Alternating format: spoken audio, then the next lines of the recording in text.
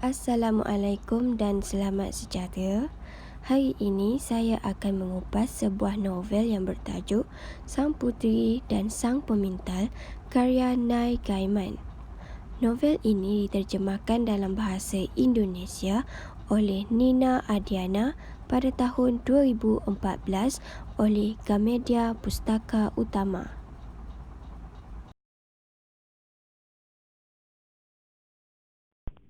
Latar belakang penulis. Nama sebenar penulis ialah Neil Richard Mackinnon Gaiman, lahir pada 10 November 1960 di Portchester, Hampshire, England.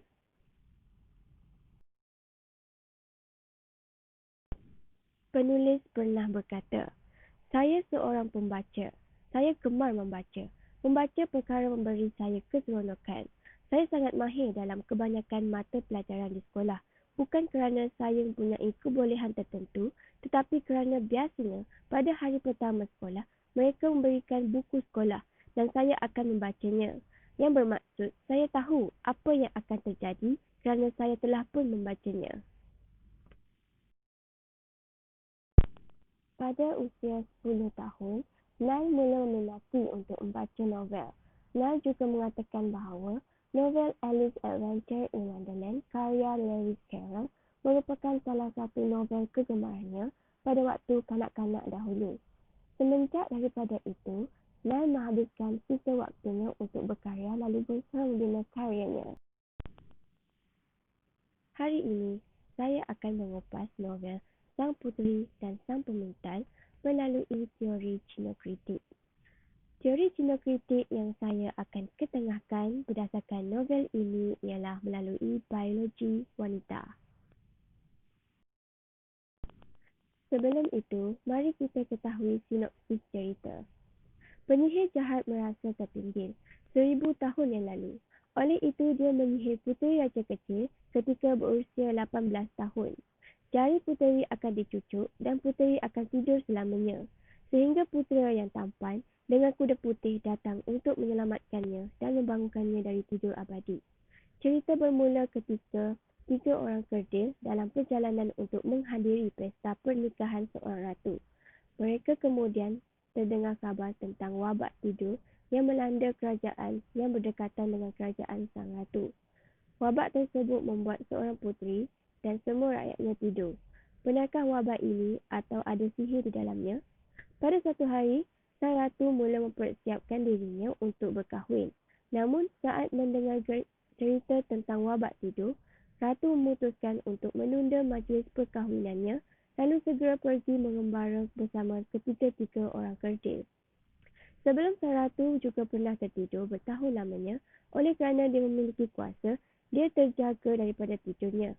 Hal ini disaksikan sendiri oleh ketiga-tiga orang kerdil tersebut. Dalam perjalanan, ada banyak kejadian mistik yang dialami, termaksud saat seorang orang yang tertidur mula bertingkah seperti zombie.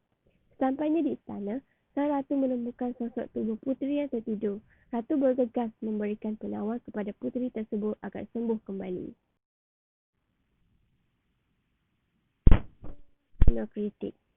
Teori ginokritik menegaskan tentang hak dan kuasa pengalaman wanita yang telah ditampilkan sebagai satu fasa perubahan. Teori ini diperkenalkan oleh Elaine Showalter pada tahun 1979. Pernyataan di atas menunjukkan bahawa teori ini memberikan perhatian khusus kepada wanita sebagai pengarang. Dengan maksud lain, ginokritik menganggap wanita sebagai pengeluar atau penghasil tekstual. Oleh itu, wanita berperanan sebagai menyampai makna teks, yang mana semua persoalan sejarah, tema, genre dan struktur penulisan ditentukan sepenuhnya oleh wanita. Ginokritik dirangka berdasarkan soal dalaman wanita yang berhubung rapat dengan aspek-aspek biologi, psikologi, bahasa dan budaya yang melingkungi dan mempengaruhi proses penulisan wanita. Apa itu biologi wanita? Berdasarkan teori ginokritik, saya akan menerapkan unsur biologi wanita. Menurut Showalter, kritikan bersifat biologi ini adalah salah satu daripada formula teori kritikan feminis yang mengarahkan kepada kemungkinan menjadikan tubuh badan sebagai dasar. Saya akan mengupas peristiwa-peristiwa yang terdapat dalam novel Sang Puteri dan Sang Pemintal sebagai kritikan dalam biologi wanita. Contoh petikan daripada novel Sang Puteri dan Sang Pemintal. Aku khawatir, kata Sang Ratu, besok tidak akan ada pernikahan. Sang Ratu meminta dibawa peta kerajaan, memperhatikan desa-desa yang paling dekat dengan daerah pegunungan, mengirimkan pembawa pesan untuk memberitahu para penduduknya agar mengungsi ke pesisir atau akan dianggap melawan perintah kerajaan. Sang Ratu rela menunda perkahwinannya semata-mata demi kesejahteraan rakyatnya. Sang Ratu sanggup berkorban apa sahaja kerana khawatir akan wabak yang semakin menular. Biologi wanita yang ditonjolkan dalam diri Sang Ratu dapat diterapkan dalam diri pembaca secara langsung. Hal ini kerana Sang Ratu mendahulukan orang lain bagi kesejahteraan semua. Peristiwa yang kedua ialah jalan ini lebih langsung daripada semua jalur lainnya, kata Sang Ratu. Selain itu, jalan ini mengarah ke jambatan. Jalan-jalan lainnya akan membuat kita terpaksa mengharungi sungai. Suasana hati Sang Ratu cukup tenang. Pada malam hari, ia tidur, lalu bangun pada pagi harinya. Dan wabak tidur itu masih belum menjakitinya.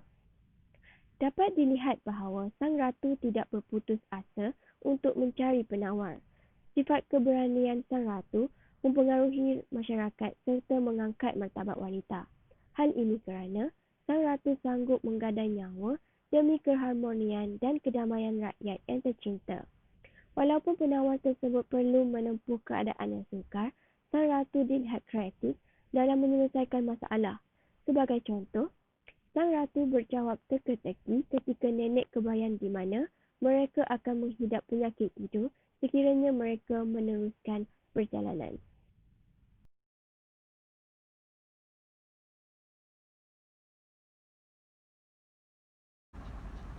Seterusnya, kita akan beralih kepada peristiwa yang ketiga. Sang Ratu berfikir, jempolnya terasa sakit. Tapi ia lega jempolnya terasa sakit. Ia berkata, hal ini dimulai sekitar 80 tahun lalu. Dimulai dengan perlahan dan baru mula menyebar baru-baru ini. Wabak ini menyebar semakin cepat dan semakin cepat. Kita belum tahu apakah orang-orang yang tertidur ini akan bisa bangun lagi. Kita tidak tahu apa-apa dan mungkin kita bahkan tidak punya waktu 2 hari lagi. Berdasarkan peristiwa ini, dapat dilihat secara jelas unsur biologi wanita dalam diri Sang Ratu. Hal ini di mana Sang Ratu menganggap sakit yang dialaminya tidak seberat sakit yang akan dialami rakyat jelata yang sudah terkena wabak. Dalam hal ini, Sang Ratu pernah terkena sihir sehingga menyebabkan dia tertidur selama setahun. Kerana sifat kesucian serta kecintaannya kepada negara, dia terlepas daripada sihir jahat. Sang Ratu juga memberikan kata-kata semangat kepada ketiga-tiga orang kerdil supaya terus bersemangat untuk mencari penawar.